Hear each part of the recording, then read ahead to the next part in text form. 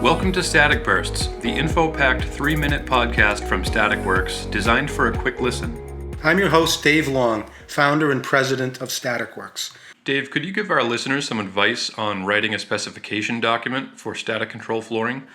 When you write a specification, you should always be looking at what is the international or North American standard for what you're writing that specification around. You shouldn't be taking information off of some marketing lingo that's used to describe static control floors. People's literature that is written to help you figure out which one of their products might be more suitable.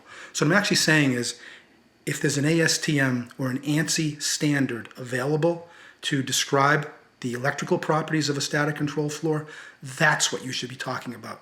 So specifications should be citing actual standards organizations. They shouldn't be citing manufacturers' in-house lingo.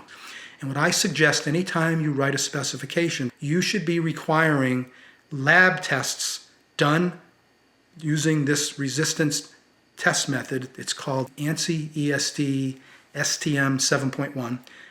You should be asking for lab tests that give you the data that was obtained in the lab, hopefully an independent lab, because a lot of salespeople and honestly even flooring manufacturers don't have the right conditioned lab to do these tests. But if they do, that's fine. But you should be taking that information, putting it into your specification based on the standards I talked about a few minutes ago.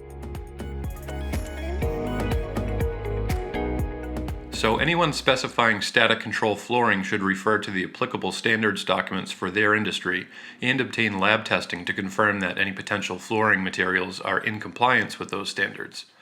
Should additional testing be done after the floor has been installed?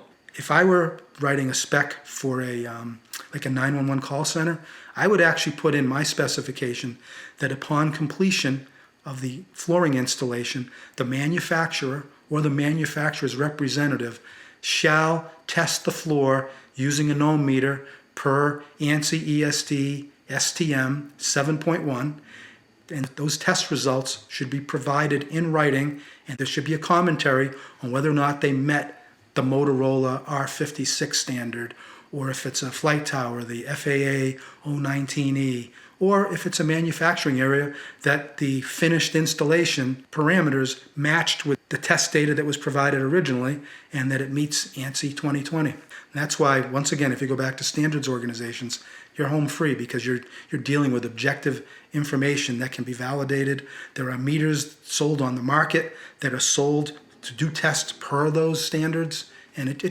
keeps everybody on the straight and narrow. We hope you learned something today. If you have questions about the podcast, give us a call at 617-923-2000. Thanks for listening.